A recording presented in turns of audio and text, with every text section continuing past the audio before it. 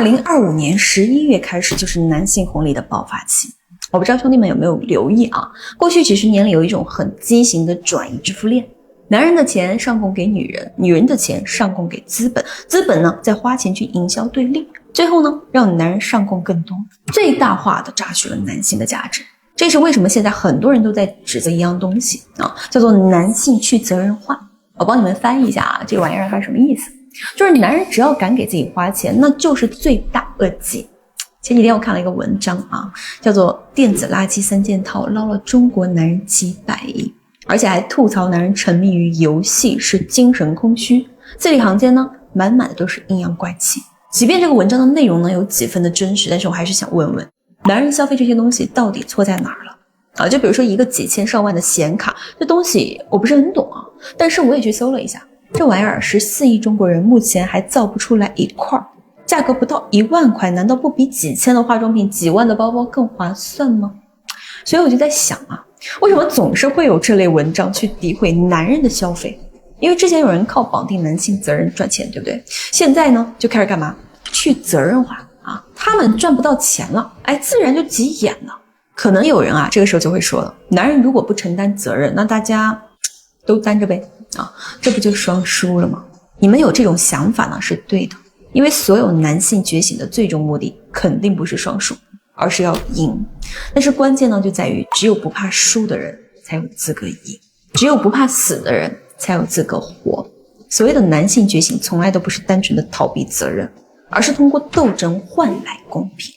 我给你们举个例子啊，这是之前国外的一个小实验，只不过呢我为了方便你们理解，就用视角去代入了一下啊。就比如说啊，现在我给你100个 W， 但是呢你必须要分一部分给你的女人，如果这个女人对你的分配不满意，那你俩1分都拿不到。那这个时候你会怎么分？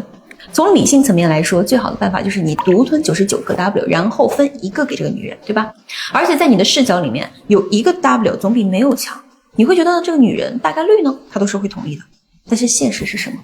只要你分给女人少于30个 W， 那她大概率就会跟你掀桌子，宁愿她自己1分都不要，也要让你的 money 打水漂。这个就是双输。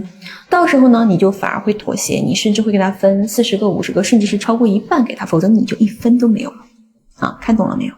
双输的本质就是震慑。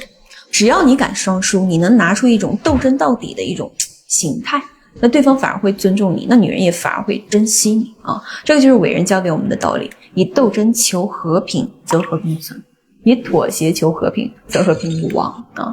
就比如说哪天女人给你闹脾气说，如果你不给我买这个，那咱俩就分啊！那你要让着她吗？肯定不能啊！如果说你让了，那就是你输啊，她就赢了，那你就得去跟她干嘛？你要去跟她双输，你不仅不给她买，你还要反过去给她的闺蜜买。而且给她的闺蜜买更好的，那到时候这个无理取闹的女人，她肯定会反过来道歉啊，她甚至会反省，会求原谅。那这个时候你再去给她买她想要的，那以奖励的形式，她是不是就会额外的珍惜啊？那你就是不是用双输换来了双赢？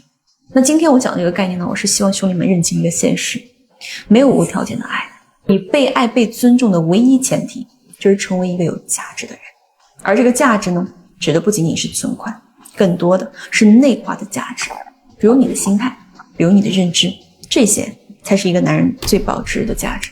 OK， 说了这么多呢，还是那句话啊，弱男才会去钻研什么情感啊、技巧啊之类的，强男都会识人性、用人性。我是焦哥，下期见。